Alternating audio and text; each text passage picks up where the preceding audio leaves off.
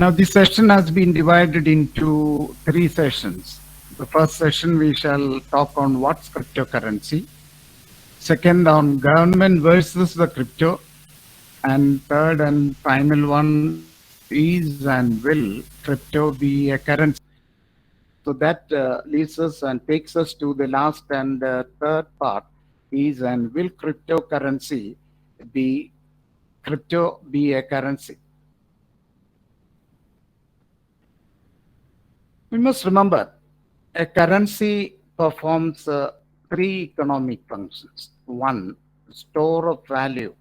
That means money you earn today can be used tomorrow, a month after, a year after. That should be there. If it cannot be used, then there is no use in the currency.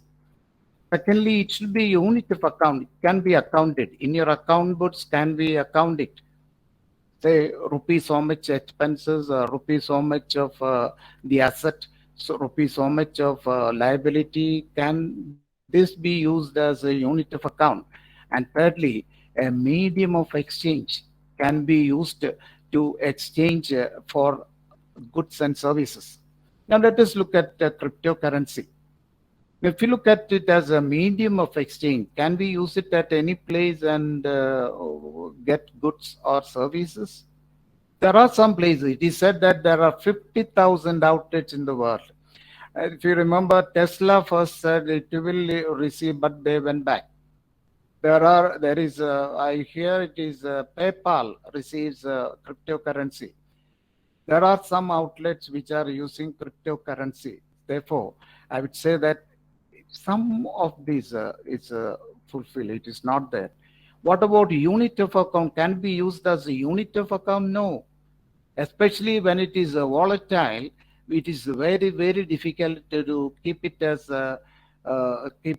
an account, because every day the value will be changing. And if you look at a store of value, yes, people make use it as a store of value because they know that the value is increasing day by day. So money you take today or the cryptocurrency you buy today will increase in values there. Or in other words, today people are using cryptocurrency not as a currency as such. They are using it as a digital asset. And that is what has been approved by our own finance bill. That is what our finance minister said. And just remember, she has included, and it's interesting why she said it is going to tax it. Read it. There has been a phenomenal increase in transactions. Look at the word she is using. She is not content with using the word digital, so she uses the word virtual digital assets. So she doesn't use the word crypto. And the magnitude and frequency of these transactions have made it imperative to provide for a specific tax regime. So all the reason is so much of transaction, therefore, let us tax it. That's the reason she has used. And cleverly, she has not used the term crypto. The word she used cleverly, VDA. And what does VDA means? It includes non-fungible tokens. I don't want to deal into that. Assets in metaverse, digital currencies and tokens, among others. So all these will be included in our tax. That is what she says. And as I said, this has become an asset in the sense like shares and real estate and gold. People are using it so that they can increase their investment. Look at the way the Bitcoin has grown. Look at this. It is especially after the COVID or during the COVID, it has increased and shot up like anything. Say about 10,000. It moved up to a maximum of 65,000. It has come down to 35 and it is around 40. I will give you today's price later. So this is the movement. It has moved like a mountain. And that is the reason people are going after it. So this, if you look, compare the dollar and the Bitcoin, look at the dollar, a $20 in 1998. You will get almost nothing today. Your shopping bag will be almost empty. If it's the Bitcoin, you can go as far as to buy a car. 42, $43,000. It is worth around 33 lakhs today in India. If you compare it with gold, this is gold, it is 32.38. There's a consistent growth in the price of gold, 38.38. 9.11 K, 9,000 percentage growth in the case of. So you can imagine why people are moving to Bitcoin. But there is one thing which has been found by IMF. They say that the correlation between the Bitcoin and US stock, that is S&P 500, has been found to be more correlated after the pandemic. So this is what they say. This is before. There is a negative correlation and so on, but we see more and more correlation between the Bitcoin and the stock market. That means, again, earlier the crypto evangelists said that this will be independent of all the other valuations, independent of the economy, independent of the stock market. Now we see that they are getting related. This is the figure I tell you for the last 3 days. 10th of February, these are the figures. All these were rising. NASDAQ, that is the NASDAQ is like the NSE there, and NASDAQ, stock exchange, S&P, DAV, 10-year, all these have been rising. The very next day, we see that NASDAQ, SP, Dow is falling. Bitcoin is also falling. This is a 10-year treasury bill, that alone. So that means all of them are falling. Is it one causing the other? We do not know what is causing the other. Interestingly, today I figure is all of them falling.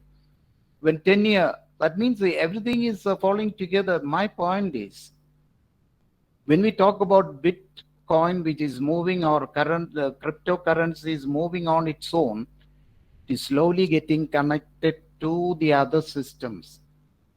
And slowly but surely, because they are investors who are investing one from the other. And therefore, there will be movement one from the other, one spilling over to the other, and one causing the other. So that is likely to happen. And we see that is also happening in India. Crypto owners in the world, look at the numbers here. You may not believe India has the largest number of crypto investors. It is not my statistics, it is from broker user. And I made a comparison with the BSE, Bombay Stock Exchange, more than 100-year-old stock exchange. Individuals, separate individuals who trade there, it is only 8 crores. That means crypto is more popular than the stock market currently in India. And if you look at crypto adoption, that is the percentage of people adopting to this, then that again, that ranking. Vietnam stands first, India stands second. That is the way people are adopting to this. And again, if we look at one exchange which was started in 2020, there are 11 million users. Their average age is 25. Now, if many of us are not there, our age is much higher. And again, 55% are from outside metropolis. We often think that these people are only in the Bombay, Madras, Calcutta, but they are in other cities. Say, for example, in Changanashiri, I heard recently from one person who was telling he had recommended it to over 600 people. So that is the situation here. More and more youngsters are running after, going after these cryptocurrencies. This might be fear of missing out, FOMO. They hear about, say, so and so is doing it, so let me also do it. Let us not miss out on that. And to them, it is the shortest, tourist, and the quickest means to make money. But I would say you have to be very careful. Crypto Ponzi scams are in plenty. There was a Morris coin scam, which was originally considered as a Ponzi. Actually, I came across this when I was preparing an article on Ponzi. And they thought it was Ponzi. Later on, they found that it was crypto. It was in September 2020. You know from which place the person was arrested? He hails from Kannur. And the amount involved was 100 crores. Maybe we started there. The news today, that is on January 6, 2022, crypto scammers took a record of 14 billion in 2021. Mind you, 14 billion. That's an American news. And I think we have been much ahead of them. But they have found a new name for these scams. It is called rug pull. Now, these people, what they do is they launch a crypto coin. And when everything's set, when everybody pays the money, which often called initial coin offer, when everything is set, they just pull themselves out. That's why it's called a rug pull. So we had Morris coin in Kannur. We didn't have a name for it, but here they come out with a new name, a rug pull. So my point to you is, when you talk about investment, the investment can turn out to be speculation, and it can also turn out to be a gambling. It all depends upon the risk involved. Investments, as say, when you put your money in a bank, it is an investment. When you put your money in shares, it is speculation. And derivatives, again, it can be. There are people who go into other areas where there is a lot of risk, but there is a lot of gain also. But you are likely to lose that money. That doesn't matter as long as I get a lot of return. That's the thinking in the case of gambling. If you take the case of crypto assets, cryptocurrencies, where will you put it? I'll put it over here. It is gambling. Our finance minister fully agrees with me. In India, there is a provision under the income tax 115B for gambling, and gambling is taxed at 30%. It is the same provision that has been applied by the finance bill this year. So instead of the finance minister saying that cryptocurrency shall come under section 115B, she has called it as virtual digital assets, and she has called it at 30%. So very often people ask, why 30%? Irrespective of the slab. This is it. So this is what the government is telling you. You put your money there, you are likely to lose. But if you make money, give us 30%. So that is what the government is telling us. So that is the what the government has been doing now. It is made a provision that it shall be taxed. And again, taxing doesn't mean it is legal, because according to the Income Tax Act, income which is legal and illegal, moral and immoral can be taxed. So just because these crypto assets are taxed doesn't mean that it is legal. That is a very clear statement.